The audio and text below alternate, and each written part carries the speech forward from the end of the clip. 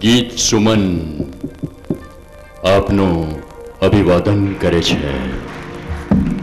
અહીં એ ઉલ્લેખ જરૂરી છે કે સુમન એમની પ્રેરણા મૂર્તિ છે અને વિશ્વમાં કદાચ આ એક જ પહેલો દાખલો હશે કે સામેની વ્યક્તિનું નામ પોતાના તખલ્લુસ તરીકે રાખે. જયસુખ પારેખે પોતાનું તખલ્લુસ સુમન રાખ્યું છે. એ સુમન એમની પ્રેરણા મૂર્તિ છે.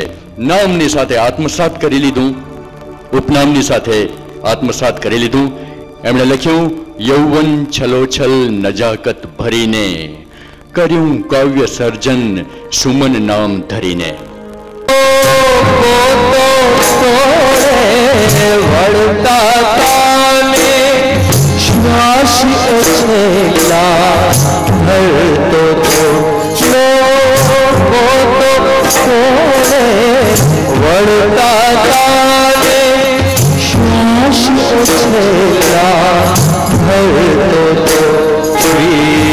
તમને ભગવાન સમજો તો તમને ભગવાન સમજો તો